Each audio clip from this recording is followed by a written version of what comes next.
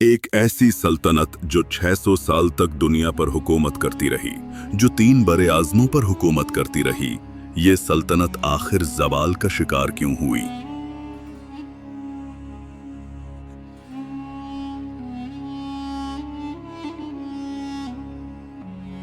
ये वही सल्तनत थी जिसकी बुनियाद उस्मान गाजी ने रखी।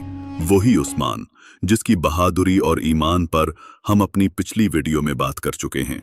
मगर आज कहानी का दूसरा रुख है। उस्मान गाजी के बाद उनके बेटे और खान गाजी और फिर मुराद अव्वल, बायजीद यिल्दिरम, मोहम्मद फातिह जैसे शानदार हुक्मरान आए, जिन्होंने सल्तनत को उरूज की इंतहा तक पहुंचा दिया। लेकिन हर उरूज अपने साथ एक खतरा जरूर लाता है, गुरूर, आराम पसंदी और अंदरूनी कमजोरी का। यही वो लम्हा था जब सल्तनत उस्मानिया के वजूद में जहर उतरना शुरू हुआ। जाहिर में ताकत बरकरार थी, मगर अंदर ही अंदर कमजोरी जन्म ले रही थी। उस्मानी दूर में तख्त के लिए शहजादों के दरमियान खूनी जंगें एक रिवायत बन गईं। हर नया सुल्तान अपने भाइयों को कत्ल कर देता ताकि कोई तख्त का दावेदार न बचे। ये सिस्टम बज़ाहिर सल्तनत को पावरफुल करने के लिए था, लेकिन दरअसल ये एक खौफनाक जहर था, क्योंकि इससे वफादारी खत्म हो गई। खानदान के अंदर नफरत, दरबार में साजिश और फौज में तकसीम पैदा हो गई। मोहम्मद फातिह के बाद आने वाले कुछ सुल्तान जिहाद और सल्तनत को मजीद वसी करना भूल गए। जहां पहले फतह एक मकसद था, वहां अब अय्याशी एक मामूल बन गई। महलों में रक्स व मौसीकी की महफिलें और दरबार में चापलूस खुशामदी वजीरों का राज, ये सब उस रूह को खत्म कर गए जो उस्मानियों को एक जिहादी कौम बनाती थी। सल्तनत का इंतजामी निज़ाम कमजोर होता गया। जो सूबे पहले मरकज के अंडर आते थे, अब वो खुद मुख्तार बनने लगे। गवर्नर और सिपाह सालार सब अपने अपने मफाद में लग गए। सल्तनत एक मजबूत दरख्त नहीं रही, बल्कि हजारों शाखों में बट गई जो एक दूसरे से जुड़ी नहीं थीं। जब यूरोप साइंस, तिजारत और टेक्नोलॉजी में तेजी से तरक्की कर रहा था, उस्मानी हुक्मरान अभी भी तलवार और घोड़े पर फख्र कर रहे थे। यूरोपी अकवाम ने समंदर के रास्ते दुनिया पर कब्जा शुरू किया और उस्मानी सल्तनत खुश्की के तिलों में महसूर रह गई। एक वक्त था जब पूरी दुनिया इस्तांबुल की तरफ देखती थी, एक शहर जो कभी कुस्तंतुनिया कहलाता था, और उस शहर में बैठा था दुनिया का सबसे ताकतवर बादशाह, सुल्तान सुलेमान आजम। वही सुलेमान जिसके नाम से यूरोप कांपता था, जिसके लश्कर की खाक भी दुश्मनों के महलों तक जा पहुंचती थी। उसका दौर उस्मानी सल्तनत का सुनहरी दौर कहलाता है। लेकिन तारीख का एक उसूल है, जब ताकत अपने उरूज पर पहुंचती है तो ज़वाल का साया भी करीब होता है। सुलेमान ने यूरोप, एशिया और अफ्रीका तक सल्तनत को फैला दिया। बिलग्राद फतह किया, हंगरी को ज़ेर किया और वियना के दरवाजों तक जा पहुंचा। दुनिया ने देखा इस्लामी परचम यूरोप के दिल तक लहरा रहा है, लेकिन उसी के साथ दरबार के अंदर एक नई जंग शुरू हो चुकी थी। एक खामोश जंग जिसने आने वाले ज़वाल की बुनियाद रखी। सुलेमान की जिंदगी में एक औरत दाखिल हुई, हुर्रम सुल्तान, जो एक साबित गुलाम लड़की थी, मगर अपनी जहानत और असर से सल्तनत की सबसे ताकतवर औरत बन गई। हुर्रम सुल्तान के असर रसूख ने दरबार में सियासत का जहर फैला दिया। वली अहद मुस्तफ़ा, जो अवाम और फौज दोनों में मकबूल था, साजिशों का शिकार हो गया और एक दिन सुल्तान सुलेमान ने अपने ही बेटे को कत्ल करने का हुक्म दिया। वो लम्हा तारीख में एक बाप के फैसले के साथ सल्तनत के मुस्तकबिल को भी जख्मी कर गया। हरम सुल्तान के बाद सल्तनत में हरम सियासत का दौर शुरू हुआ, जहां सल्तनत के फैसले सुल्तान के बजाय महल की खवातीन और उनके हिमायती वजीरों के हाथ में आने लगे। ये वो खामोश इनकलाब था जिसने उस्मानी सल्तनत की रूहानी और अखलाकी ताकत को हिला कर रख दिया। दूसरी तरफ सुल्तान सुलेमान के आखिरी बरसों में यन्नी चरी फौज, जो कभी जिहाद के जज्बे से लबरेज थी, अब दौलत, रिश्वत और आराम तलबी की आदी बन चुकी थी। जहां पहले अल्लाहु अकबर की गूंज सुनाई देती थी, वहां अब तनख्वाह बढ़ाओ की आवाजें बुलंद होने लगीं। यूरोप में नई सोच और तरक्की का दौर शुरू हो चुका था। साइंस, जहाजरानी और सनत में बड़ी तब्दीलियां आ रही थीं। लेकिन उस्मानी दरबार में इल्म को बिदअत समझा जाने लगा। नए ख्यालात पर पाबंदियां लगने लगी। जो कौम कभी दूसरों को इल्म सिखाती थी, अब खुद सीखने से पीछे हटने लगी।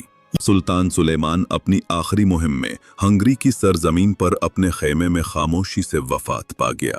फौज को कई दिन तक पता ही न चला कि उनका सुल्तान अब नहीं रहा। एक ताकतवर सल्तनत का सबसे ताकतवर बादशाह चला गया और उसके साथ एक ऐसे दौर का आगाज हुआ जहां ताकत के साथ कमजोरी भी परवान चढ़ने लगी। सुलेमान आजम की वफात के बाद सल्तनत उस्मानिया के आसमान पर पहली दरार वाज़ेह नजर आने लगी। एक ऐसी दरार जिसे न तलवार भर सकती थी न फुतूहात। सुलेमान के बाद आने वाले सुल्तान न तो अपने बाप जैसे मुदब्बिर थे न वैसे सिपाही। कुछ सुल्तान हरम महल में कैद रहते, कुछ को खुद उनके भाई कत्ल कर देते और जो जिंदा बच जाते वो दरबार के वजीरों और खाजगान के हाथों के कठपुतली बन जाते। ये वो वक्त था जब सल्तनत के फैसले तख्त पर नहीं बल्कि पर्दे के पीछे किए जाते थे। हरम सुल्तान के बाद एक नया किरदार उभरा, सुल्ताना मादर यानी सुल्तान की माँ। अब सल्तनत चलाने वाले बादशाह नहीं बल्कि उनकी माएं, बीवियां और कनीजें थीं। ये औरतें अपने बेटों को तख्त पर लाने के लिए खून की होली खेलती थीं। एक वक्त ऐसा आया जब सलातीन को कत्ल करने के लिए महल के खास खादिम भेजे जाते और दरबार में मौत एक मामूल बन गई। जो फौज कभी ईमान, जिहाद और वफादारी की मिसाल थी, अब वो सल्तनत के लिए सबसे बड़ा खतरा बन गई। यानी चरी सिपाही जो कभी सुल्तान के हुक्म पर जान देते थे, अब उसी सुल्तान से तनख्वाह और तोहफे मांगते थे। अगर न मिले तो बगावत कर देते, सुल्तान को ओहदे से हटा दिया जाता या कत्ल तक कर देते। एक ऐसा निजाम जिसने सदियों तक इस्लाम का परचम बुलंद रखा, अब अपने ही हाथों सल्तनत के सुतून गिरा रहा था। जब उस्मानी सल्तनत अपने अंदरूनी झगड़ों में फंस गई, तब यूरोप ने अपनी बहरी ताकत, साइंस और तिजारत के जरिए दुनिया पर कब्जा करना शुरू कर दिया। पुर्तगाल, स्पेन, हॉलैंड, इंग्लैंड, ये सब समंदर के रास्ते नई दुनिया तक पहुंच गए और उस्मानी सल्तनत जो समंदर के किनारे बैठी थी, अब भी पुराने नक्शों पर यकीन करती रही। जब यूरोप ने नई मंडियों और सोना चांदी के ज़खायर पर कब्जा कर लिया, तो उस्मानी सल्तनत की इकोनॉमी कमजोर होने लगी। तिजारत के रास्ते बदल गए, करेंसी की कदर गिरने लगी और रियासत पर कर्ज बढ़ने लगा। ये वो लम्हा था जब सियासी जवाल के साथ माशी गुलामी ने भी जन्म लिया। मदारिस में इल्म की जगह मुनाजरे रह गए, जिहाद की जगह तकरीरें और हिकमत की जगह ख्वाब। सल्तनत के बड़े शहरों में जाहिरी शान व शौकत तो बाकी थी, मगर रूह जा चुकी थी।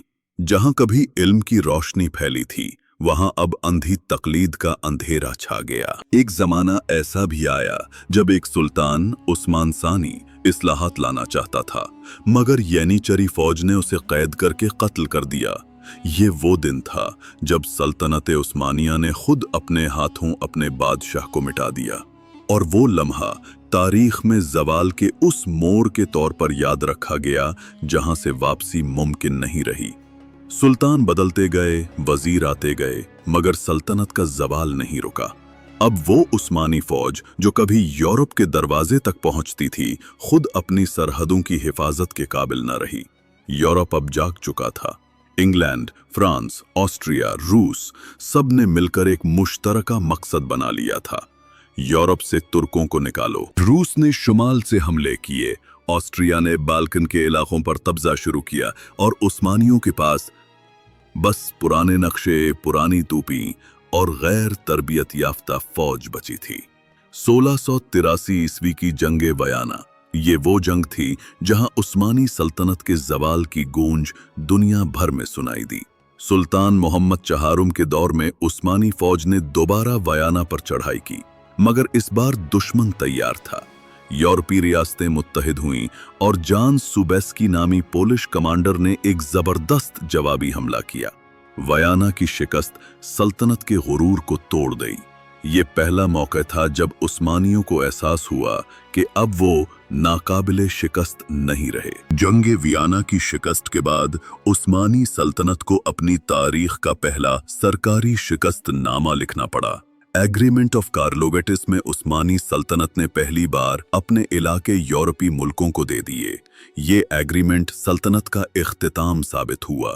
जहां बाहर दुश्मन थे वहीं अंदर भी आग लगी हुई थी।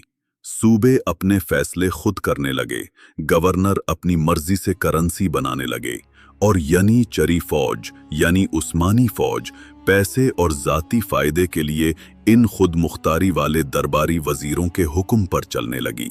अब सल्तनत पर ऐसे बादशाह आने लगे जिन्हें हुकूमत चलाने से ज्यादा महल की आरामदेह जिंदगी पसंद थी।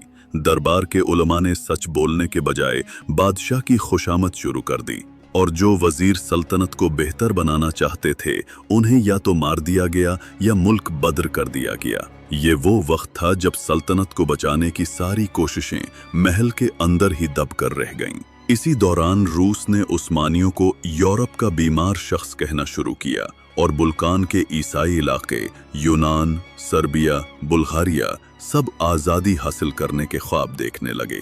क्रीमिया, जो कभी उस्मानी सल्तनत का फख्र था, रूस के कब्जे में चला गया। ये वो वक्त था जब दुनिया को समझ आ गया कि उस्मानी सल्तनत अब कमजोर होने लगी है।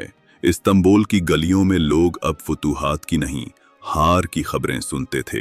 बूढ़े सिपाही जो कभी फख्र से कहते थे हम सुल्तान के सिपाही हैं, अब खामोशी से अपने हथियार बेच रहे थे। एक सिपाही ने अपनी तलवार जमीन में गाड़ कर कहा, ये तलवार अब अल्लाह के लिए नहीं, रोटी के लिए बेची जा रही है। ये जुमला पूरी सल्तनत के जवाल की कहानी बयान करता है। 19वीं सदी के शुरू में सुल्तान महमूद सानी उस्मानी तख्त पर बैठे। वो ऐसा हुक्मरान था जिसने सोचा कि पुराने कमजोर निजाम को खत्म करके एक नया और ताकतवर उस्मानी दौर शुरू किया जाए। उसने यनी चरी फौज को खत्म करने का फैसला किया। वही फौज जो पहले सल्तनत की शान थी लेकिन बाद में बगावतें और फसाद फैलाने लगी। 1826 में एक दिन आया जिसे तारीख में वाक़या खैर कहा जाता है, जब सुल्तान ने तोपों से हमला करके यनी चरी फौज को हमेशा के लिए खत्म कर दिया। फौज तो खत्म हो गई लेकिन उसके साथ वो जज्बा भी खत्म हो गया जो कभी उस्मानियों को एक कौम बनाकर रखता था। सुल्तान महमूद सानी ने मगरिब की नकल में कपड़ों, फौज, तालीम और अदालतों में तब्दीलियां की। ऊपर से ये सब तरक्की लगती थी लेकिन असल में सल्तनत अपनी पहचान खोने लगी। जहां पहले इस्लामी अदल और इंसाफ का निजाम था वहां अब यूरोपी कानून आ गया। जहां कुरान के उसूल थे वहां अब फ्रांसीसी आइन की झलक नजर आने लगी। 19वीं सदी के आखिर में सल्तनत उस्मानिया पर एक समझदार और मजबूत बादशाह सुल्तान अब्दुल हमीद सानी हुकूमत करने लगे। जब वो इख्तिदार में आए तो सल्तनत पहले ही अंदरूनी कमजोरियों और बैरूनी दबाव में फंसी हुई थी। इनसे कुछ साल पहले सुल्तान अब्दुल मजीद ने 1839 में फरमाने गुलखाना जारी किया जिसे तंजीमात यानी नया निजाम कहा गया। इस फरमान में कहा गया कि सल्तनत के तमाम लोग, मुसलमान और गैर मुस्लिम, सबको बराबर के हुकूक मिलेंगे। लेकिन यही बराबरी आहिस्ता आहिस्ता मुसलमानों की सियासी ताकत कम होने का सबब बन गई। यूरोपी ताकतों ने इंसानी हुकूक के नाम पर उस्मानी मुआमलात में मुदाखलत शुरू कर दी। अब यूरोप हर मुआमले में मशवरा देने लगा, मगर वो मशवरे दरअसल हिदायत और हुक्म बन गए। यूरोप ने उस्मानी सल्तनत को कर्जों और मुआहिदों के जाल में फंसा दिया। बैंक, रेलवे, डॉक और तिजारत सब यूरोपी कंपनियों के कंट्रोल में आने लगे। उस्मानी सोना यूरोप के बैंकों में जमा होने लगा और इस्तांबुल के बाजारों में यूरोपी करेंसी का राज हो गया। एक सल्तनत जो कभी दुनिया को कर्ज देती थी अब खुद मकरूज हो गई थी। यूरोप ने एक नया हथियार इस्तेमाल किया, कौम परस्ती यानी नेशनलिज्म। उस्मानी सल्तनत के अंदर मौजूद मुख्तलिफ कौमों को अपनी अलग पहचान याद दिलाई गई। यूनानी, अरब, आर्मेनियाई, सर्ब और अल्बानवी सबको कहा गया कि तुम उस्मानी नहीं, एक अलग कौम हो। जो लोग पहले एक उम्मत के तौर पर जुड़े हुए थे अब अलग अलग कौमें बनने लगे। और ये वो लम्हा था जब इस्लामी इत्तेहाद की दीवार में पहली दुराड़ पड़ी। 1914 में जब यूरोप एक बड़ी जंग में दाखिल हुआ, जिसे दुनिया वर्ल्ड वॉर वन यानी पहली आलमी जंग के नाम से जानती है, तो सल्तनत उस्मानिया ने अपने बचाव के लिए जर्मनी का साथ देने का फैसला किया। सुल्तान मोहम्मद पंजुम के दौर में जिहाद कबीर का ऐलान किया गया, लेकिन अब ये जिहाद तलवार से नहीं, तकदीर से हारने वाला था। इंग्लैंड, फ्रांस और रूस सब उस्मानी सल्तनत के खिलाफ मुत्तहिद हो गए। अंग्रेजों ने एक नया खेल शुरू किया, अरब कौम परस्ती का। मक्का के शरीफ हुसैन, जिन्हें खिलाफत के वफादार रहना चाहिए था, अंग्रेजों से मिल गए और अपने ही खलीफा के खिलाफ बगावत कर बैठे। जंग के बाद यूरोपीय ताकतों ने उस्मानी सल्तनत को आपस में बांट लिया। शाम, लिबनान और फलस्तीन फ्रांस के कब्जे में चले गए। इराक, उर्दुन और हिजाज बरतानिया के जेरे असर आ गए। मिस्र तो पहले ही हाथ से निकल चुका था, और इस्तांबुल, वो शहर जो सदियों तक दुनिया का दिल रहा, अब दुश्मनों के बोटों तले रोन दिया गया। जंग के बाद एक नया फौजी कमांडर सामने आया, मुस्तफा कमाल अतातुर्क।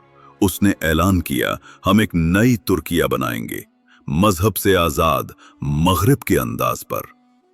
1923 29 अक्टूबर को रिपब्लिक ऑफ तुर्की यानी तुर्किया जमहूरिया का ऐलान हुआ। अब यह सल्तनत नहीं रही, बल्कि एक नई कौमी रियासत बन गई। दारुल हुकूमत इस्तांबुल से बदलकर अंकारा कर दिया गया, और अगले ही साल 1924 में खिलाफत को हमेशा के लिए खत्म कर दिया गया। ये वो लम्हा था जब उम्मत मुस्लिमा के सर से 600 साल पुरानी खिलाफत की चादर उतार ली गई। इस्तांबुल की रात थी, बर्फ पड़ रही थी। एक बूढ़ा खामोश शख्स महल के दरवाजे से निकला। ये था खलीफा अब्दुल मजीद सानी। वो एक छोटी सी गाड़ी में अपने खानदान के साथ तुर्की की सरजमीन छोड़ रहा था। न फौज, न अवाम, न सलामी, बस चंद आंसू, और खामोश हुआ। पूरे आलम इस्लाम में मातम छा गया। हिंदुस्तान, मिस्र, शाम, हर जगह एहतजाज हुआ। उलमा चीख उठे, हमारी खिलाफत खत्म कर दी गई और हम खामोश क्यों हैं? मगर आवाजें दबा दी गईं और मुसलमान अपनी तारीख से कट गए। तारीख के सफ़हात पर लिखा गया, जब उम्मत ने वहदत को छोड़ा और ईमान के बजाय कौम, ज़बान और मफाद को अपनाया, तो अल्लाह ने उनसे क़यादत छीन ली। सल्तनत खत्म हो गई, लेकिन उसकी याद आज भी करोड़ों मुसलमानों के दिलों में जिंदा है। उस्मानी सल्तनत खत्म हो गई, मगर उसका पैगाम बाकी है, अदल, ईमान, इल्म और इत्तेहाद। अगर उम्मत दोबारा वही रूह पाले, तो शायद खिलाफत का सूरज एक दिन फिर तुलू हो जाए। आपके ख्याल में आज के ज़माने में खिलाफत या इस्लामी सल्तनत कायम करना मुमकिन है? अपनी राय कमेंट में लिखें।